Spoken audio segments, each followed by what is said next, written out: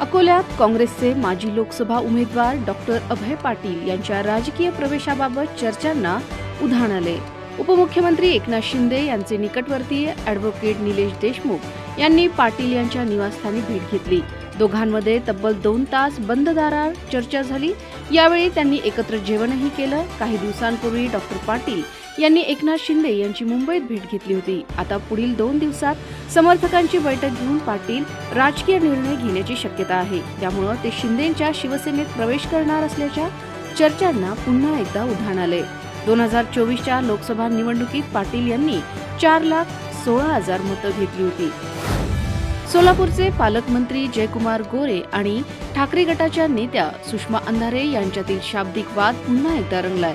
सोलापूर दौऱ्यात अंधारे यांनी गोरेंवर आरोप केल्यानंतर गोरेंनी त्यांना प्रत्युत्तर दिलं होतं. आता अंधारे यांनी फेसबुक पोस्टद्वारे गोरेंवर पुन्हा जोरदार टीका केली आहे. जयकुमार गोरे हे कॉप्या करून पास झालेले मंत्री असावेत.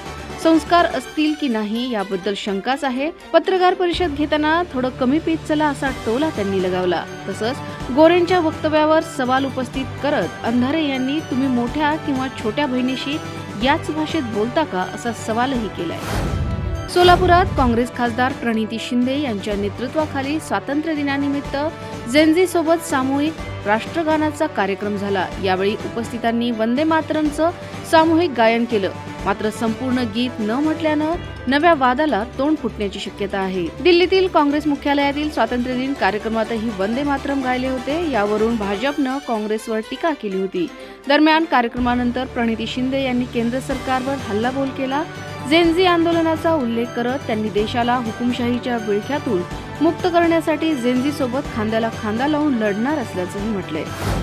राज्यात काही दिवसांपासून पावसाचा जोर कमी झाला असला तरी आता पुन्हा पावसाचा जोर वाढण्याचा अंदाज हवामान विभागाने व्यक्त केलाय. राज्यातील काही जिल्ह्यांमध्ये मुसळधार ते अतिमुसळधार पावसाची शक्यता आहे.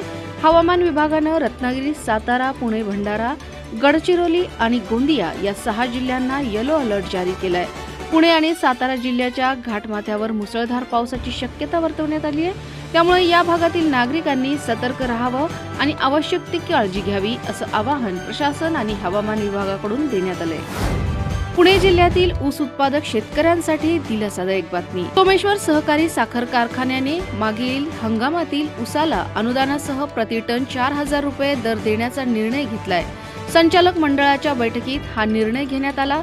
तसंच नोव्हेंबर ते जानेवारी दरम्यान तुटणाऱ्या ऊसासाठी 3800 रुपये, फेब्रुवारीसाठी 3900 आणि मार्चमध्ये तुटणाऱ्या ऊसासाठी 4,000 रुपये प्रति टन दर जाहीर करण्यात आला आहे. कारखान्याची 2025-26 हंगामाची FRP 3,285 रुपये होती. त्यामुळे नव्या दरामुळे FRP पेक्षा प्रति टन 515 रुपये अधिक मिळणार असल्याचा दावा कारखाना प्रशासनाने केलाय.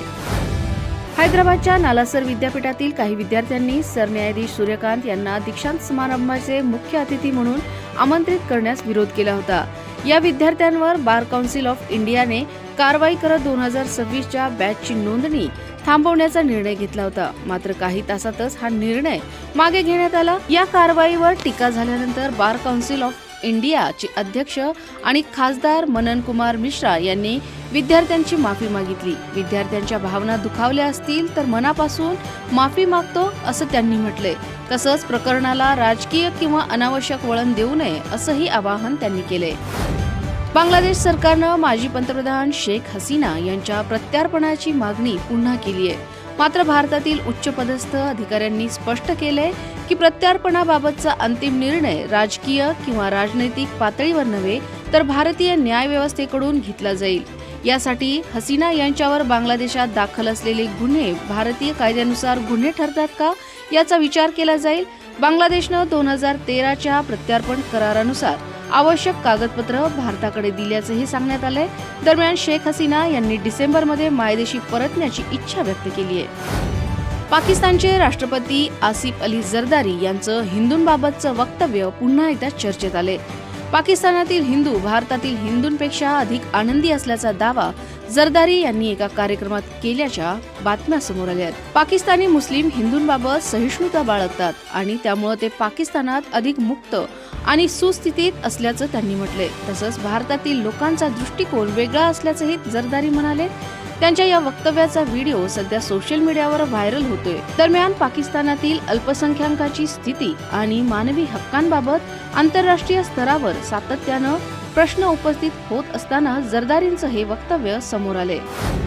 भारत आणि श्रीलंका यांच्यात गॉल या ठिकाणी सुरू असलेल्या पहिल्या कसोटी सामन्यात टीम इंडियाला मोठा धक्का बसला. सलामीवीर के.एल. राहुलला उजव्या हातात वेदना आणि बोटांमध्ये क्रॅम्प्सचा त्रास झाल्याने 77 धावांवर रिटायर हर्ट होऊन मैदान सोडावं लागलं.